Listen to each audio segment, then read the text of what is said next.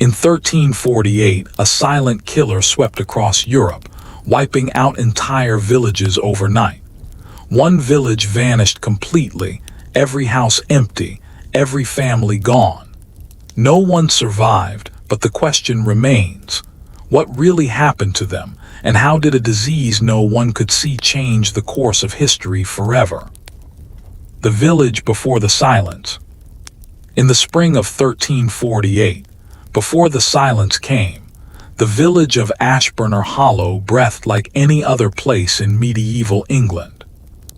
It was not marked on grand royal maps. It was not protected by stone walls. It had no castle, no cathedral, and no famous knight to boast of. It was simply a small farming settlement tucked between low green hills, bordered by a narrow stream that shimmered under the early morning sun. If you had stood there at dawn, you would have heard roosters crowing from behind wooden cottages. Smoke would rise lazily from thatched roofs as families stirred from their straw-filled beds. The air would carry the scent of damp soil, sheep's wool, and fresh bread baking in clay ovens. Life in Ashbourne Hollow moved with rhythm. Men rose before the sun to tend to fields of barley and rye. Women gathered water from the stream, kneaded dough, spun wool, and cared for children. Boys learned to handle plows before they could properly read scripture. Girls learned herbs and healing long before they understood letters. The village church stood at the center, a modest stone structure with a wooden bell tower that leaned slightly to the east. Its bell rang 3 times a day, for prayer, for gathering, for warning. Faith was not optional in 1348. It was the air they breathed. God explained the storms. God explained the harvest. God explained death. And death was not unfamiliar. Infants often did not survive winter. A fever could take a grown man within days. A bad harvest could starve a family. Life expectancy was short and hardship was constant. Yet despite this, Ashbourne Hollow was alive. Children ran barefoot through muddy paths. Traders occasionally passed through with salted fish and stories from London. Shepherds sang to their flocks on distant hills. Nothing felt unusual that spring. But beyond the horizon, something had already begun moving across Europe. It started far away in ports along the Mediterranean Sea. Merchant ships docked in Sicily carrying not just silk and spices, but something unseen, something silent. Sailors had fallen ill during the voyage. By the time ships reached harbor, many were already dead. The illness spread through crowded streets. Within weeks, entire neighborhoods collapsed into chaos. Bodies filled alleyways.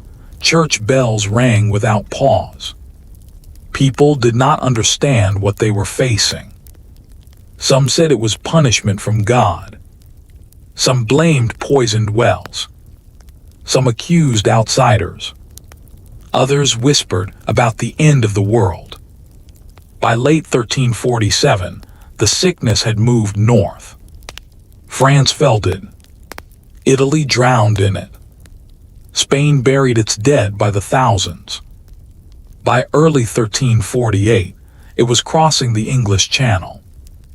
But in Ashbourne Hollow, no one knew yet. The villagers were worried about smaller things.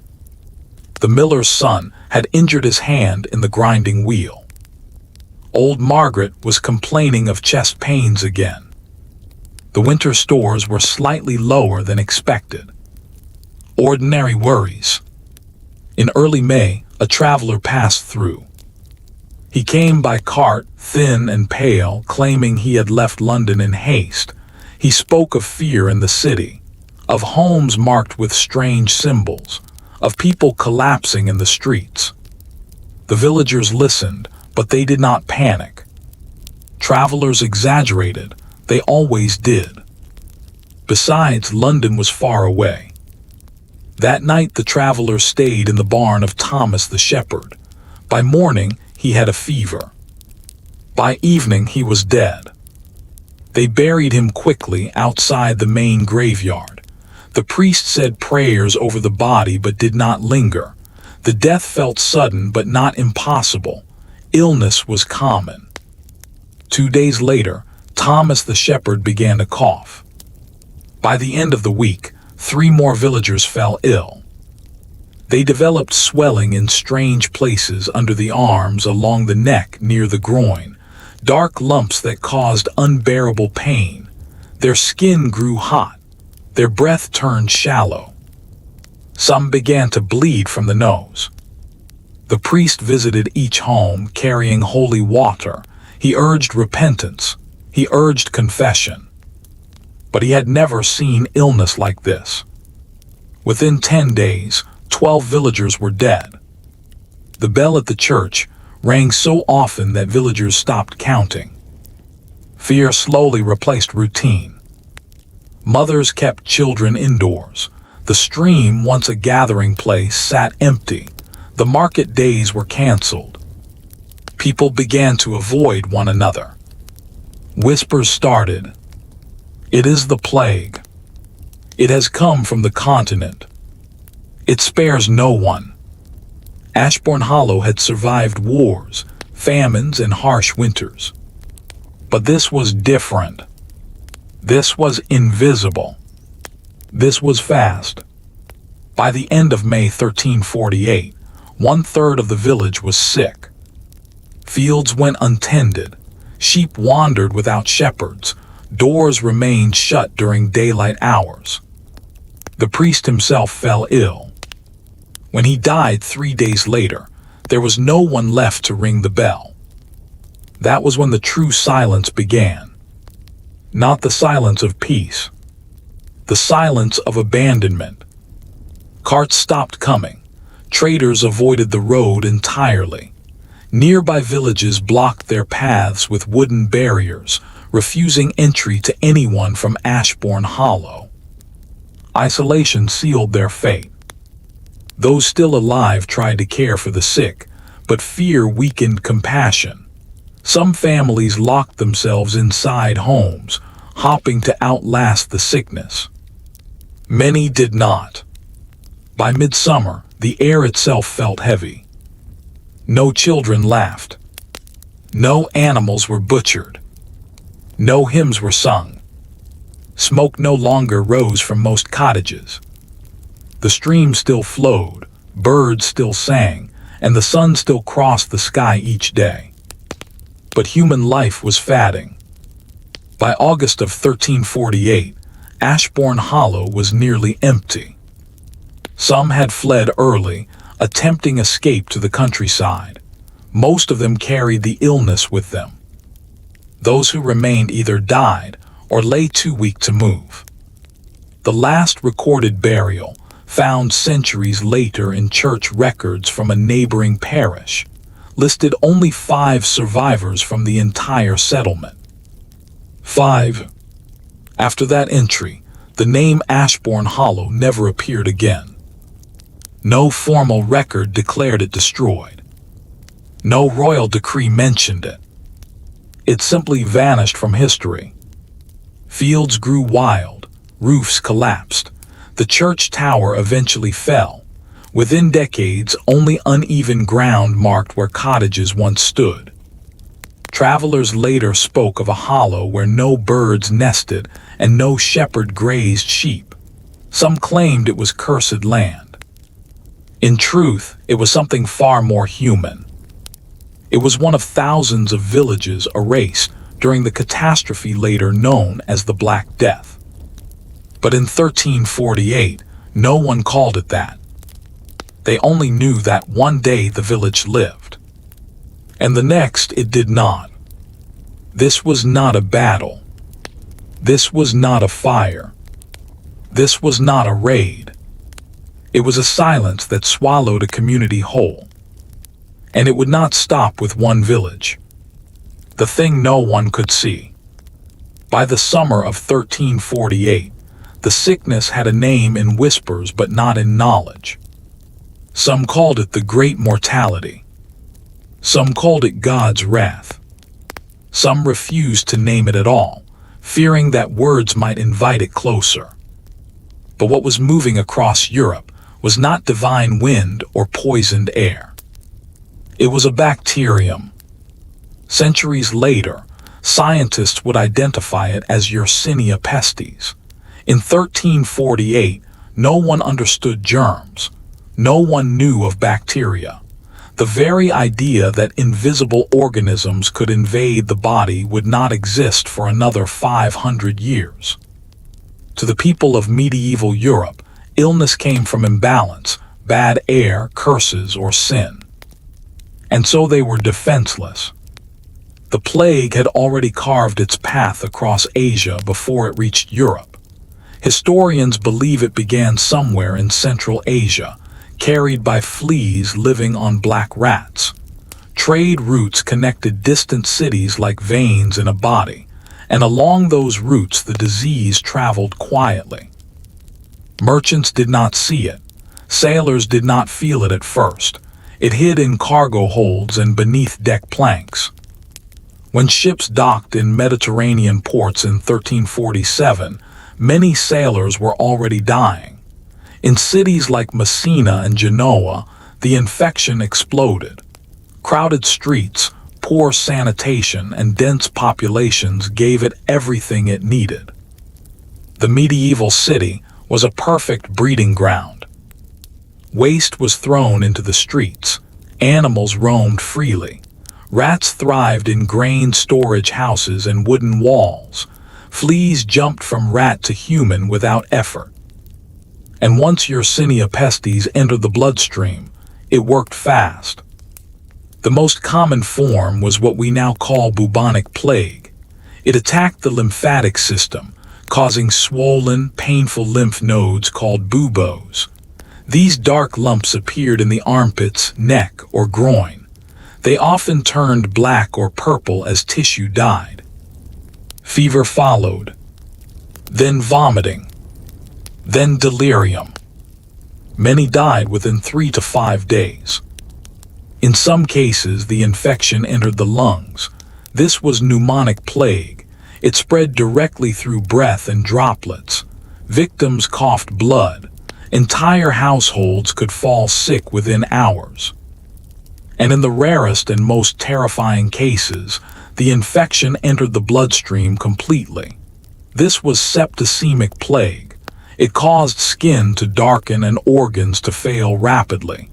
Death could come within a single day. The mortality rate was staggering. Modern estimates suggest that between 30 and 60% of Europe's population died between 1347 and 1351. In England alone, millions perished. In small villages like Ashbourne Hollow, survival depended on chance. If one infected traveler passed through, the village might fall. If no one arrived, it might survive untouched. But once it entered a settlement, the outcome was often catastrophic. In larger towns, fear became more dangerous than the disease itself. People fled cities, carrying infection with them. Priests continued administering last rites until they too collapsed. Doctors wore strange masks filled with herbs, believing strong scents could protect them from corrupted air.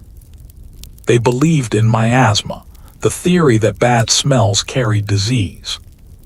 So they burned incense, they carried flowers, they avoided foul odors. None of it worked. Without understanding transmission, medieval communities made choices that unintentionally worsened the spread. Families cared for the sick in tight quarters. Bodies were washed and prepared for burial by loved ones. Funerals drew crowds. Every act of compassion became a pathway for infection. As the plague moved through England in 1348, entire towns began recording death counts they could barely comprehend. Churchyards filled beyond capacity. Mass graves were dug outside city walls. Gravediggers worked until they too died. In some areas, So many clergy perished that villages were left without spiritual guidance. The church, once seen as a stable pillar of certainty, seemed powerless. Faith began to shake. Some believed the apocalypse had arrived. Stories from the book of Revelation were read with trembling hands. Preachers warned that this was the end times foretold in Scripture. Others turned violent. Across parts of Europe, minority communities were falsely accused of poisoning wells. Fear turned neighbor against neighbor. Violence erupted in several regions as people searched desperately for someone to blame. But the plague did not discriminate. It killed peasants and nobles alike. It killed monks and merchants. It killed children and elders. It killed without pattern. Back in rural settlements, the impact looked different but was just as devastating. When a farmer died, crops went unharvested. When shepherds died, sheep scattered. When millers died, grain could not be ground into flour. Within months, the structure of daily life began collapsing. Fields lay empty during harvest season. Livestock roamed unattended. Tools rusted where they had been dropped. Even where some villagers survived, they were often too few to maintain the community. A village might lose half its population. Another might lose 3/4. The survivors faced an eerie landscape of empty homes and silent neighbors. In some places, people stopped burying the dead properly. There were simply too many bodies. In others, the living sealed themselves inside houses, refusing to answer knocks. Letters from the time describe a world where normal rules no longer applied. Markets closed, courts ceased operation, schools shut their doors. The economy trembled. With fewer workers, labor became valuable. Survivors in some regions began demanding higher wages. This shift would later transform European society, but in 1348 it felt like chaos. The Black Death did not move in a straight line. It flared in one town, then another. It retreated during cold winters, only to return with warmer weather. No one knew why. In truth, temperature affected flea populations and rat behavior. But medieval people saw only mystery. And mystery breeds fear. By late 1348, nearly every region of England had felt its presence. Coastal towns suffered first. Inland villages followed. Some communities attempted isolation. They closed roads. They blocked bridges. They forbade outsiders from entering. Sometimes it worked. Often it was too late. For Ashbourne Hollow, isolation came after infection. And by the time the sickness burned through the village, there were too few left to rebuild. The tragedy of 1348 was not only the number of deaths. It was the helplessness. There was no cure. There was no vaccine. There was no understanding. There was only waiting. Waiting to see who would wake with fever. Waiting to hear the next bell toll.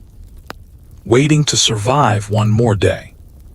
For those who lived through it, the world afterward felt unfamiliar.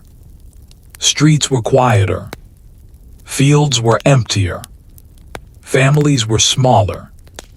And something else lingered. A question. If God allowed this, what did it mean? That question would echo long after the plague passed.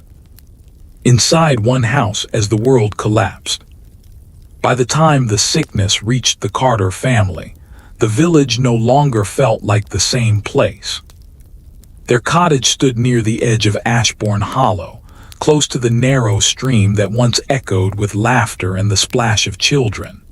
It was a simple structure of timber and packed mud, with a roof of straw that sagged slightly under years of weather. Smoke no longer rose from most homes in the village, but inside this one, life still clung quietly. John Carter was a farmer in his early 40s. His hands were thick with calluses, his back bent slightly from decades of plowing heavy soil. His wife, Agnes, was younger by several years, sharp-eyed and practical. They had 3 children. Thomas, the eldest at 12, had already begun helping in the fields. Little Mary was 8 and often followed her mother with curious questions. The youngest, Samuel, was only 5. When rumors of the sickness first reached Ashbourne Hollow, John dismissed them. Illness traveled through stories faster than truth. There had always been fevers. There had always been death. This was simply another season of hardship.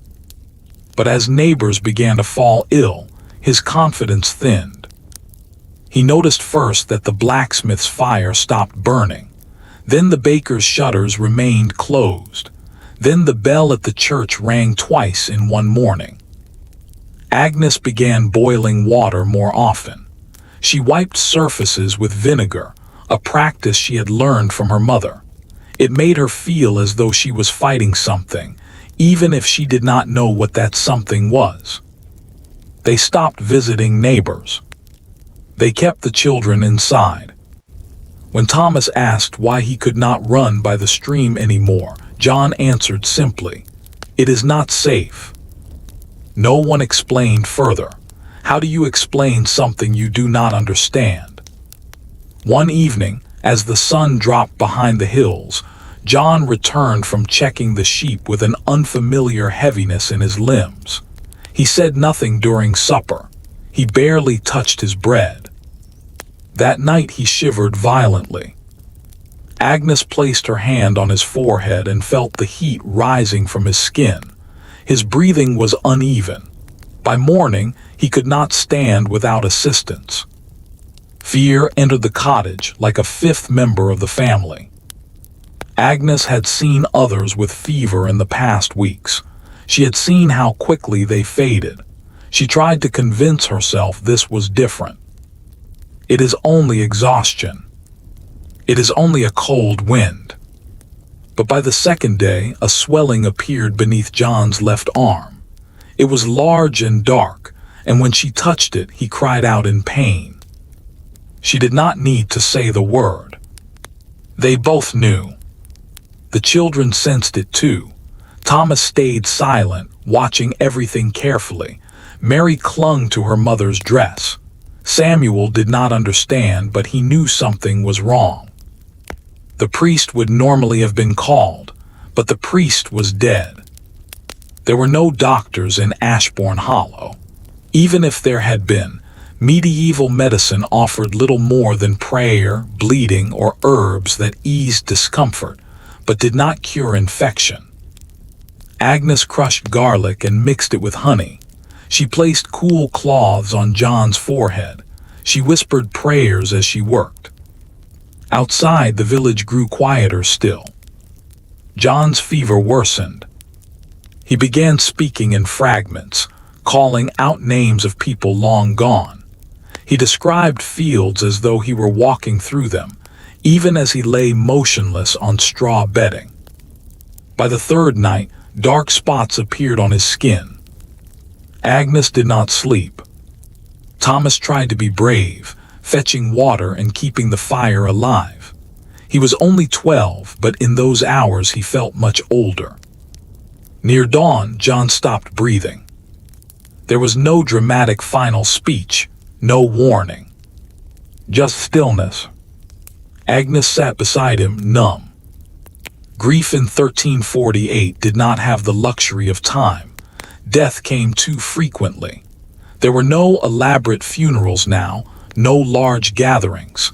Many families buried their own. Thomas helped his mother wrap his father's body in linen. They dug a shallow grave behind the cottage because the churchyard was too far and too full. Mary cried quietly. Samuel asked when father would wake up. Agnes did not answer. They covered the grave with earth, no marker, no stone. only memory. But the sickness was not finished. 2 days later, Mary developed a fever.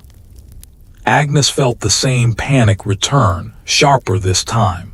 She had already given everything to save her husband. What more could she do? Mary's small body shook under blankets. The swelling appeared near her neck. She struggled to swallow. Her bright voice faded to whispers. Thomas began to understand the pattern. He avoided touching his sister, not because he did not love her, but because he was afraid. In 1348, love could be dangerous.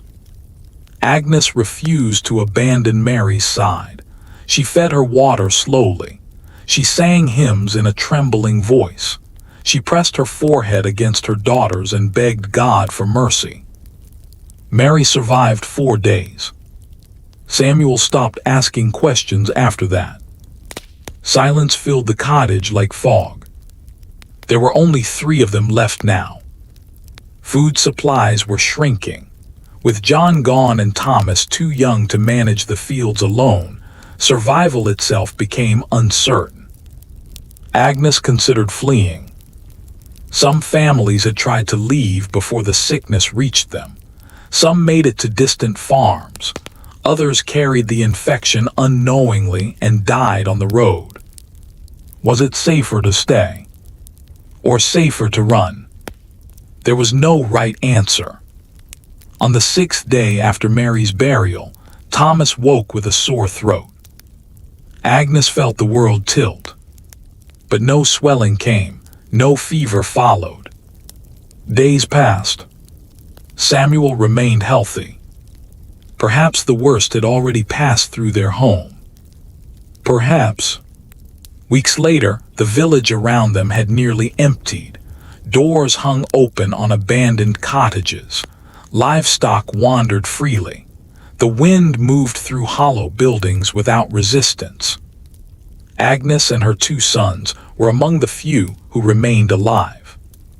But survival did not feel like victory. They no longer heard church bells. They no longer heard neighbors speaking. They no longer heard children playing. Ashbourne Hollow was becoming something else, not a village, but a memory in the making. Agnes stood one evening beside the stream where Mary once played. The water moved calmly, indifferent to human suffering. She realized something then. Even if they survived, nothing would ever be the same. The plague did not only take lives. It took normalcy. It took certainty. It took the illusion that tomorrow would resemble yesterday. Thomas would grow up without his father. Samuel would barely remember his sister. And Agnes would carry the weight of both loss and survival. This was the story repeated across Europe, in cottages and castles alike. Behind every statistic was a house like this one. A family reduced. A future altered. A silence that replaced laughter. And still the plague moved on. The collapse of villages and the breaking of order. By late 1348, Ashbourne Hollow was no longer a village. It was a ghostly collection of abandoned cottages, overgrown fields, and silent streets. Beyond its borders, the story was repeating across England and indeed all of Europe. Entire communities were being transformed overnight, not by fire or war, but by something invisible, unstoppable, and terrifyingly efficient. In larger towns, the scale of destruction was unimaginable. Markets once bustling with traders were deserted. Inns and taverns, places of warmth and laughter, sat empty. The rich could not buy protection, and the poor could not escape. Wealth and privilege mattered little when death did not discriminate. Governments struggled to respond. Kings issued proclamations urging calm and promising divine intervention, but no decree could stop Yersinia pestis. Local officials attempted to enforce quarantines. sometimes locking infected households behind wooden barriers, hoping containment would work. Too often, it did not. In some towns, the authorities themselves fell victim, leaving communities without leadership or direction.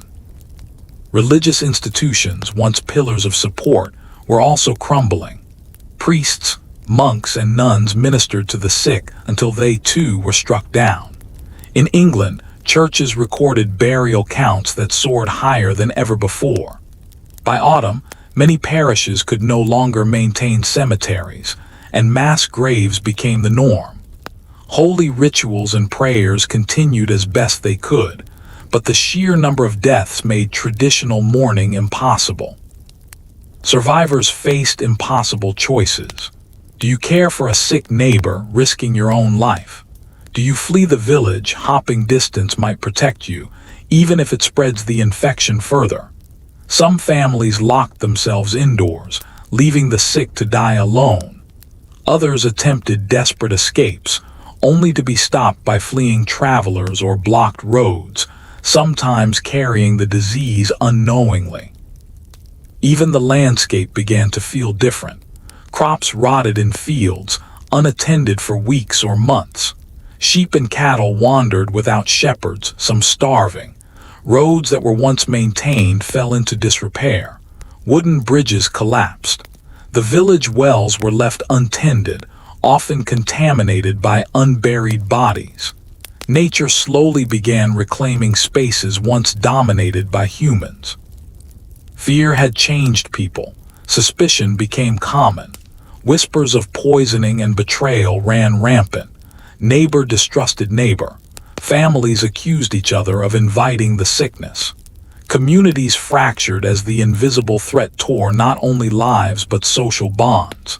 In many regions, this fear manifested violently. In parts of Europe, entire groups were falsely blamed for the plague, leading to persecution and murder. Yet not all response was chaos.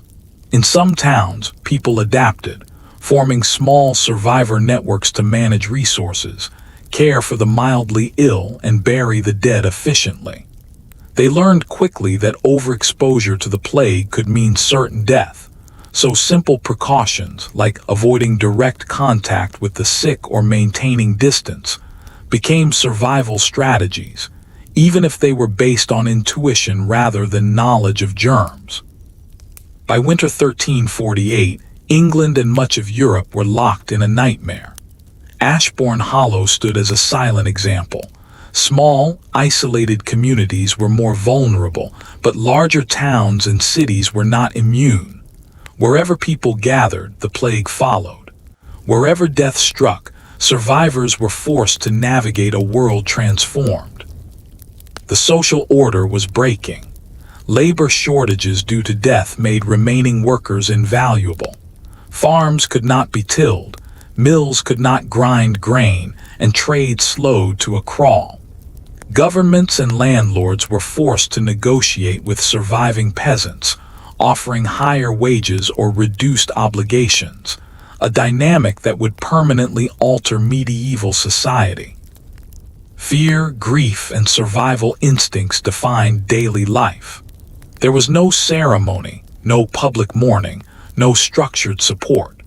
Instead, individuals and families navigated a new reality alone, in a world where tomorrow was uncertain, and the familiar rhythms of life were gone.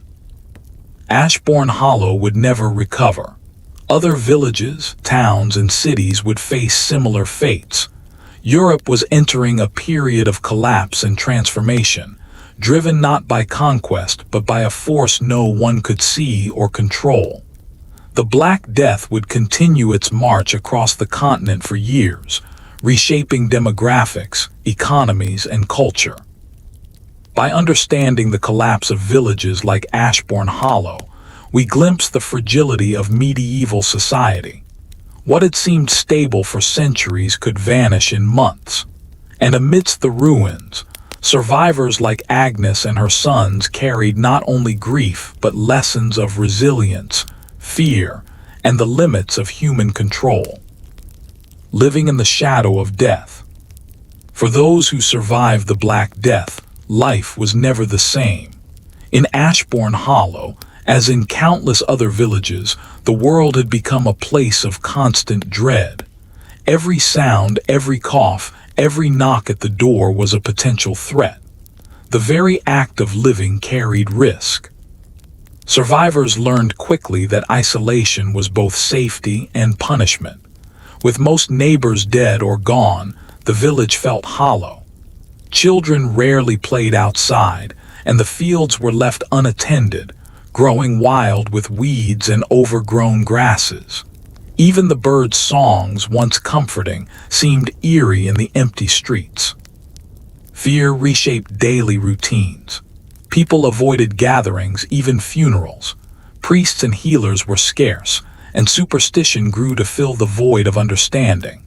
Families relied on charms, amulets, and prayers, hoping to ward off the invisible killer. Some carried herbs or burned incense, believing the strong scents would protect them. Others drew protective symbols on doors or windows, hoping divine favor would spare their homes. The psychological toll was immense. Survivors lived with guilt for having endured while loved ones had perished, a phenomenon now called survivor's guilt. Parents mourned children. Children mourned parents and siblings. Entire households bore the weight of loss. Sleep became elusive. Nightmares were common. Many spoke of seeing the dead in dreams, their faces appearing in shadows or reflections. Even practical life became fraught with danger. Collecting food or water meant exposure. Leaving home to tend livestock could bring contact with infected people or animals. The simple act of gathering firewood was a calculated risk. Trust, once a foundation of village life, eroded completely. Strangers were avoided. Former friends were approached cautiously. Every human interaction carried a silent threat. Religious devotion intensified for some, while others turned away entirely. In the first months of the plague, prayers and sermons had offered comfort. But as clergy died and church bells rang less often, faith became complicated. Some believed the plague was divine punishment, driving acts of penance or self-flagellation. Others blamed the church for failing to protect them, fueling anger and skepticism. Survivors adapted. Small, tight-knit groups formed to share resources and care for one another. These micro-communities learned new strategies, keeping the sick separate, using basic hygiene and rationing food. Although they lacked scientific knowledge, these behaviors inadvertently slowed transmission in certain areas. Intuition and necessity became survival tools. Yet no precautions could erase the ever-present shadow of death. A coughing neighbor, an unattended stray dog, a single flea, each could reignite fear. Even in the safety of home, the mind was never truly at rest. Stories of loved ones dying alone haunted survivors. They imagined the collapse of houses, the mass graves, and the abandoned fields. Memory became both comfort and curse. Children who survived were forever changed. They witnessed loss beyond comprehension and grew up in a world where death was a constant companion. Education suffered as schools closed and teachers succumbed. Skills were lost as artisans, farmers, and tradesmen perished. The cultural and intellectual impact of the plague would echo for generations. In villages like Ashbourne Hollow, silence became normal. The hollowed-out streets were a constant reminder of mortality.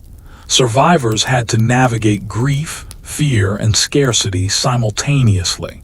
Every step outside carried both necessity and danger. Every day was a negotiation with fate. By the end of 1348, those who remained alive were hardened in ways no one could have predicted.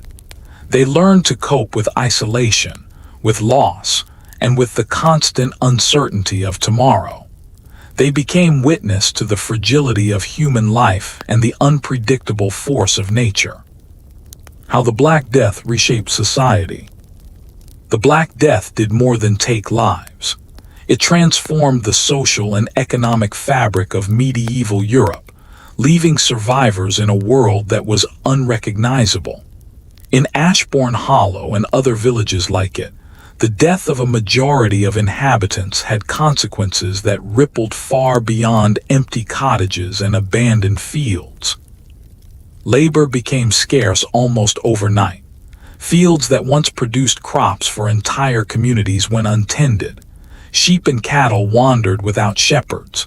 Grain rotted in barns. Survivors suddenly held leverage they had never known. Peasants, who had previously toiled under strict obligations to landlords, could now demand higher wages, refuse overwork, or move to villages with better opportunities. Landlords and nobles, desperate to keep their estates productive, often had no choice but to acquiesce. This shift began to alter centuries-old social hierarchies. Feudal obligations, once rigid and unquestioned, were challenged by necessity. Villagers who survived discovered a strange kind of freedom, freedom born from tragedy. It was subtle, but permanent. Across England, the labor shortage forced lords to rethink how they governed and taxed their workers. Laws were enacted to try to freeze wages and restrict movement, but these measures often failed against the reality of diminished populations. Trade and markets also suffered and evolved. With so many merchants and laborers gone, towns struggled to maintain supply chains. Local economies became more self-reliant, as surviving villagers had to produce food, clothing, and tools with fewer hands. This scarcity drove up prices, while innovation became a necessity. People experimented with new farming techniques, adapted tools, and learned to manage limited resources more efficiently. Necessity, in this case, became the mother of invention. The impact on daily life was profound. Communities became smaller and more insular. Surviving families often combined households to manage land and livestock effectively. Marriage patterns changed as survivors sought partners among the living, creating unusual family structures and rapidly shifting demographics. Widows and widowers often remarried quickly, both for emotional support and practical survival. Religion, too, underwent transformation. The church had lost countless clergy and suffered criticism for failing to prevent the plague. While some survivors became more devout, seeking protection and meaning, others grew disillusioned. Folk traditions and local rituals gained importance as people looked for immediate comfort and control in a world where divine protection seemed absent. Pilgrimages, festivals, and communal prayers were sometimes abandoned out of fear, but private devotion intensified. Education and knowledge were affected as well. Schools closed or lost teachers, and young people grew up without formal instruction. Many traditional skills and crafts were interrupted, leading to temporary losses in certain types of specialized work. Yet survivors also learned resilience, practical problem-solving, and improvisation in the face of scarcity. Lessons not taught in classrooms but vital to human survival. Demographic changes reshaped landscapes. With fewer people to maintain homes, villages shrank. Abandoned houses and fields became wild again. Roads fell into disrepair. Some settlements disappeared entirely, never to be rebuilt, leaving only empty earth where once life thrived. Others consolidated, forming larger but more tightly controlled communities. The psychological and social legacy was lasting. Survivors carried the trauma of losing entire families, friends, and neighbors. Children grew up amid death and isolation. Adults faced constant reminders of mortality. These experiences changed social behavior, introducing caution, suspicion, and sometimes cruelty, but also stronger bonds among those who survived together.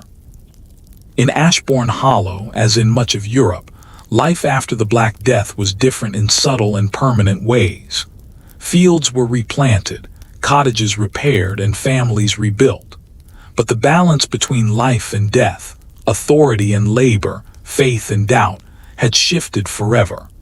The world that emerged from the plague was smaller, harder, but also more resilient, and it would never return to the patterns of 1347. A world haunted, culture and memory after the plague. The Black Death did not end when the last villager of Ashbourne Hollow took their final breath. Its echoes lived on in every aspect of life, in thought, in art, in memory, and in the way society saw themselves. Surviving communities were haunted by absence, grief, and the certainty that death could return at any moment. In the years following the plague, art and literature began to reflect the pervasive sense of mortality. Painters depicted skeletons walking among the living, a motif that would become known as the Danse Macabre, or Dance of Death.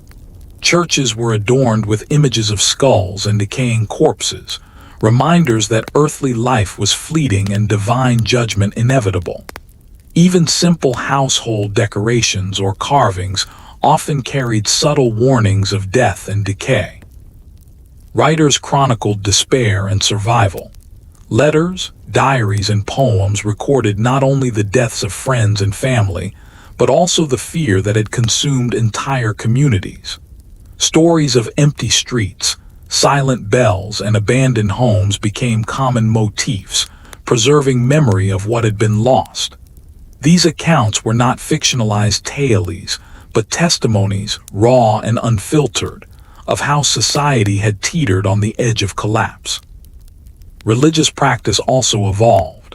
While some turned toward increased devotion, others questioned divine protection entirely. Pilgrimages continued but were tempered by fear of contagion. New rituals emerged, blending fear and hope.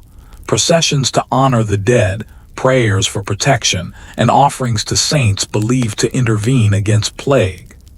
Faith became more personal and introspective, as public institutions had failed to shield people from catastrophe. Communities remembered the plague as a defining event, one that marked a before and after in their lives. Festivals and fairs, when they returned, were tinged with an understanding of fragility. The gap between generations grew as entire families had been wiped out.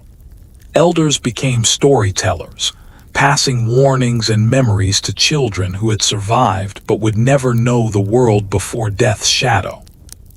Education and knowledge shifted as well.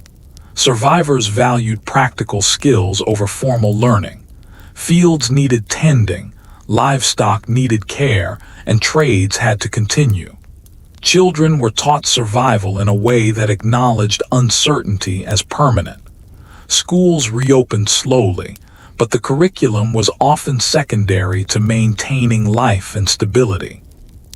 Psychologically, people carried trauma. Anxiety, depression, and fear of recurring plague were constant companions. Some villages developed superstitions that had no basis in reality but provided a sense of control. Others turned inward, prioritizing family and local bonds over wider social engagement. Society became smaller in scale, more cautious, yet strangely more resilient. The cultural imprint of the Black Death also affected social attitudes. Survivors understood the value of labor, life, and community in a way that reshaped society. Work became more than obligation, it was survival. Relationships became more practical, marriage more urgent, and families more adaptive.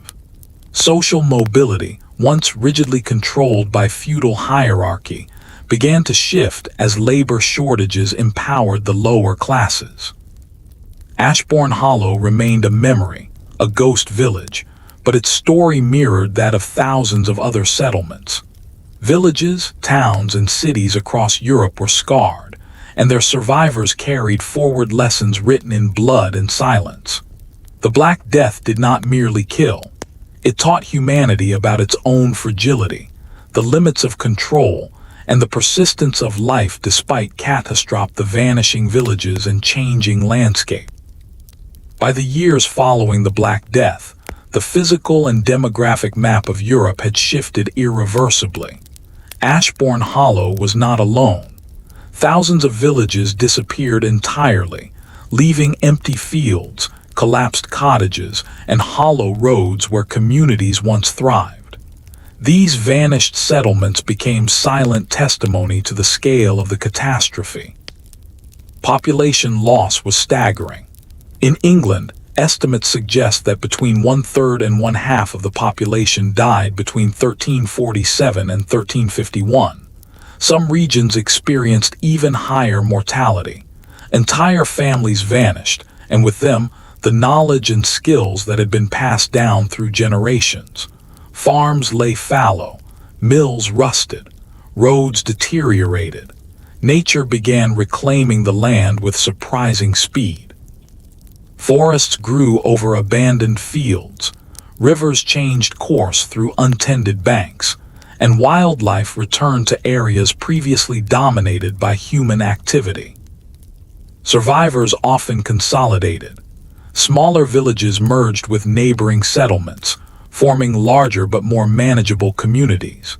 Families combined households, shared fields, and pooled resources. Land that once supported dozens of families was suddenly tended by only a handful of people. This concentration helped with survival, but also created social tension. Disputes over land and inheritance became more common as previously crowded spaces became contested. Some regions never recovered. Ashbourne Hollow, like many other villages, was abandoned permanently. Its name survived only in scattered documents and oral memory. Over centuries, the earth itself seemed to erase the presence of these communities. Archaeologists would later find foundations, pottery shards, and traces of human activity, but for centuries, the land looked as if it had never been inhabited. Migration patterns changed dramatically. Survivors sought safer or more prosperous regions. Rural workers moved to towns in search of wages and security, accelerating urbanization in some areas. Coastal trade centers that had survived the initial waves of plague grew more prominent, attracting merchants and laborers from depopulated inland regions. This internal movement reshaped society, altering demographics and creating new social networks. Labor shortages had economic consequences as well. With fewer workers available, wages rose. Serfs and peasants found bargaining power that had been previously impossible under feudal systems. Lords struggled to maintain control, sometimes enacting restrictive laws to freeze wages or prevent mobility, but enforcement was often ineffective. The balance of power slowly shifted, leading to long-term social and economic transformations. Daily life in the wake of vanished villages was strange and often eerie. Roads that had once linked communities were blocked by overgrowth or abandoned barriers. Churches and cemeteries were left unattended. Water sources became contaminated or silted over. Survivors had to relearn survival, adapting to a landscape that was familiar yet transformed by loss. Cultural memory preserved these vanished settlements.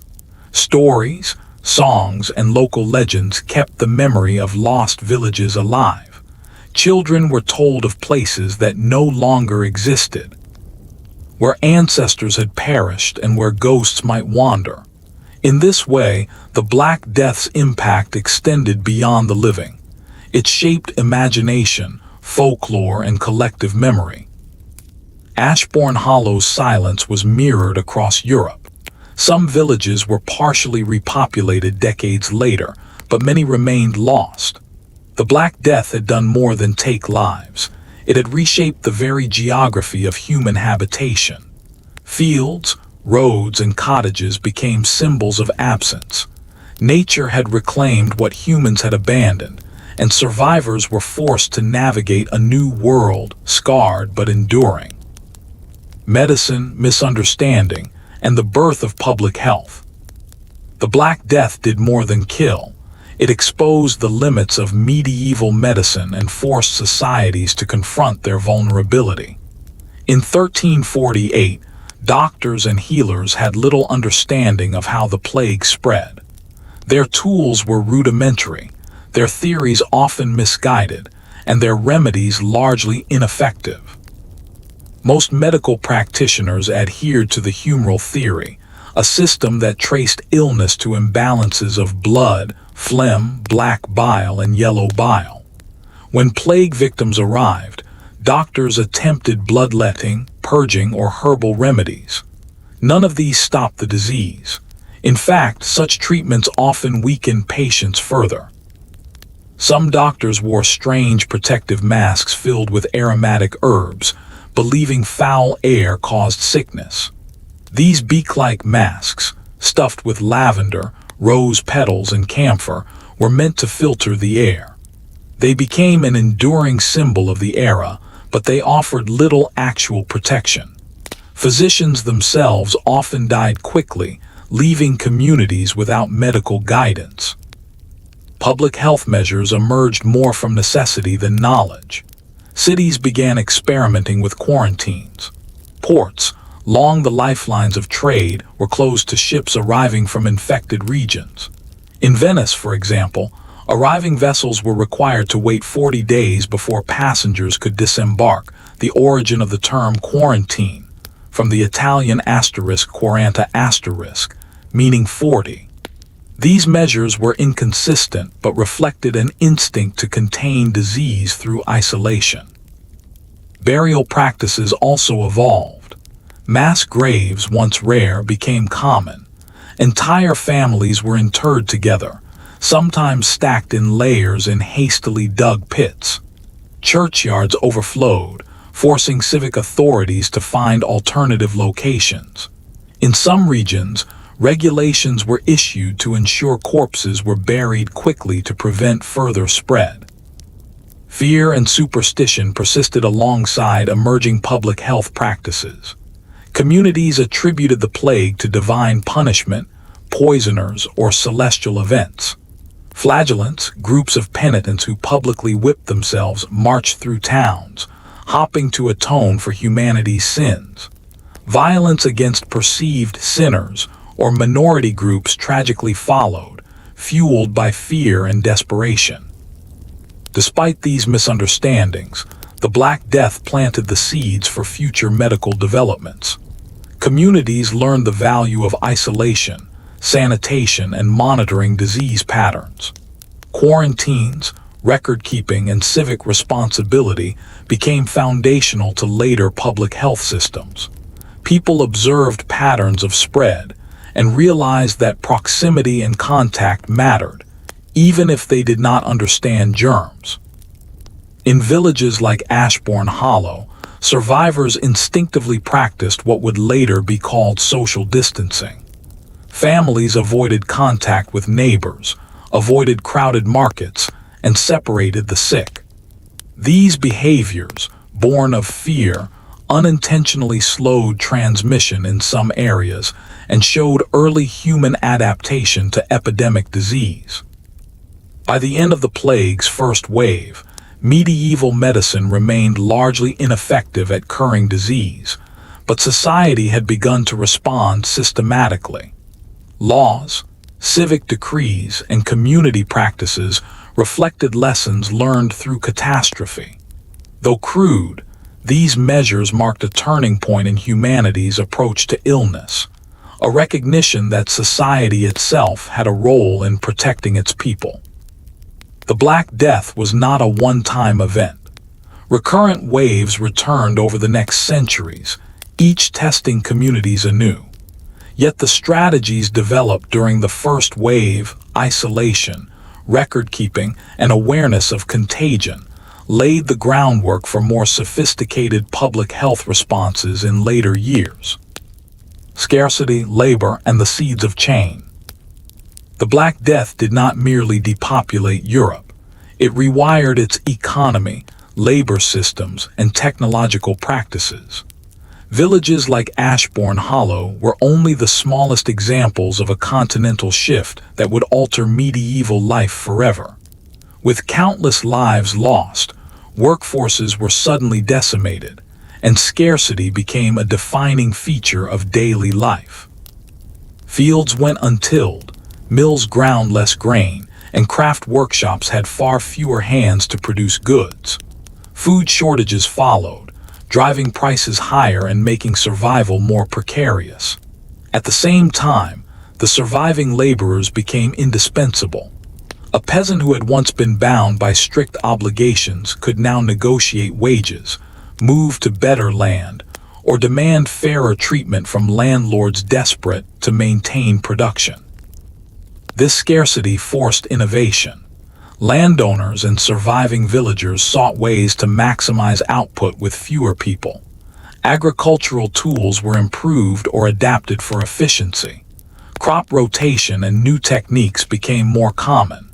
Mills were repaired or rebuilt to function with smaller workforces. Economic necessity encouraged ingenuity, planting seeds of progress that would shape the late medieval period. Labor shifts also challenged social hierarchies. The rigid structure of feudal society began to erode as commoners gained bargaining power. Lords could no longer rely on an abundant, obedient workforce. In some regions, peasants organized collectively to demand better conditions, sparking tensions and, in rare cases, rebellion. Social mobility, once restricted, slowly increased. Survivors had opportunities to acquire land, wealth, or skills previously inaccessible to them. Trade adapted as well. With fewer merchants, local economies became more self-reliant, but long-distance trade persisted, often more cautiously. Port cities that survived the plague grew in prominence, consolidating commerce and wealth. Imported goods became scarcer, expensive, and highly valued, encouraging local production and artisan skills to flourish. Even everyday life changed. Villages merged, households combined, and community bonds shifted. Families restructured to survive. Marriage patterns accelerated as widows and widowers sought security and support. Children often grew up under the care of extended relatives or unrelated neighbors, forming unconventional households that reflected the demographic upheaval. The Black Death also affected cultural priorities. Survival, health, and practical knowledge were valued over leisure and entertainment. While art and literature had already reflected mortality in Part 7, now they began emphasizing resilience, pragmatism, and the fleeting nature of life. People learned that adaptation was not optional, it was essential. Ashbourne Hollow, like many vanished villages, illustrated the broader economic ripple. Its abandoned fields and cottages were both a warning and a lesson. Human communities were fragile, yet survivors had the opportunity to reshape the world in ways that were previously impossible. Labor, land, and wealth were no longer automatically tied to inherited hierarchy. They could be claimed through necessity and adaptability. By the late 14th century, Europe was slowly emerging from the first wave of devastation. The immediate horror of mass death gave way to a new reality: fewer people, greater scarcity, shifting power dynamics, and the faint but tangible spark of innovation. The plague had rewritten the rules of society. Resilience amid ruin, survivors of the plague. In the aftermath of the Black Death, those who survived were confronted with a world both familiar and utterly transformed. Villages like Ashbourne Hollow were mostly silent, fields overgrown and cottages collapsed, yet life persisted in the few who remained. Survival was not merely the absence of disease. It required ingenuity, courage, and adaptation. Agnes Carter and her sons, for example, became emblematic of what survival demanded.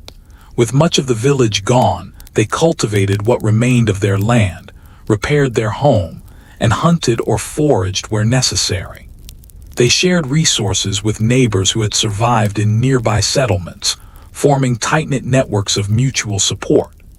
This instinct to collaborate ensured that knowledge, skills, and labor were pooled for survival, rather than squandered in isolation. Other survivors found themselves in unfamiliar roles. Children like Thomas, who had lost his father and sister, quickly became heads of households. Teenagers were thrust into responsibilities they would not normally have faced for decades. Young women managed livestock, crops, and household finances. Older adults passed down survival skills and knowledge, often acting as teachers, healers, and guides in a world stripped of authority and order. Communities learned to adapt to scarcity. Crop rotation improved yields, tools were repaired instead of replaced, and local artisans innovated with limited materials. Villagers became resourceful, finding solutions to problems that once relied on abundant labor. In essence, survival cultivated resilience and ingenuity. Social bonds also transformed. Families restructured, often merging with neighbors to manage resources. Surviving spouses remarried quickly, and orphans were taken in by relatives or community members. These changes were not merely practical. They reshaped the social fabric of entire regions, creating new networks of support and obligation. Cultural adaptation was equally profound. Survivors preserved memories of the vanished through oral history, local legends, and rituals. Songs and stories spoke of empty streets, silent bells, and the loved ones lost to the plague. This collective memory ensured that the lessons of 1340 1351 were not forgotten, creating a culture acutely aware of mortality, risk, and human fragility. Yet amidst the grief and loss, there was also hope. Survivors understood the value of life and community like never before. Labor shortages gave them economic leverage. Land became available. Social mobility increased. Those who endured the plague could rebuild in ways unimaginable before, carrying the memory of loss but also the opportunity to reshape their world. In Ashbourne Hollow, the descendants of survivors would eventually move, rebuild nearby, or merge with other villages. The village itself would remain a memory, a cautionary tale of fragility and perseverance. Across Europe, similar stories unfolded. Families who survived through ingenuity, courage, and adaptability would sow the seeds of a society forever changed. The enduring legacy of the Black Death.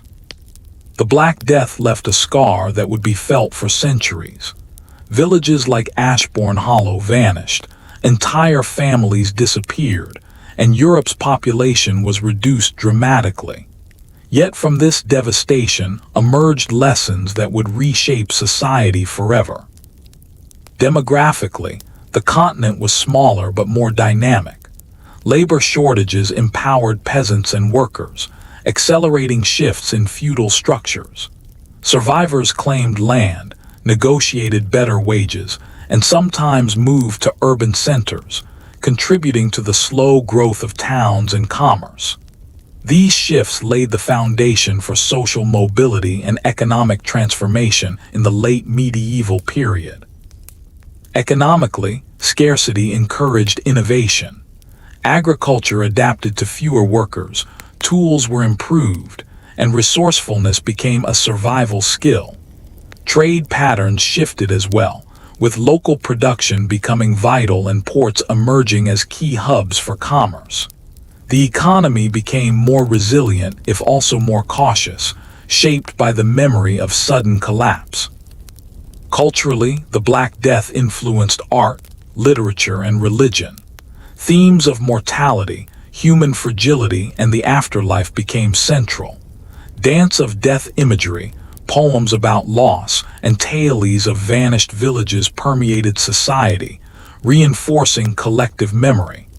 Religion evolved, balancing devotion with skepticism, as communities grappled with the apparent absence of divine intervention. Psychologically, the trauma of mass death left lasting effects.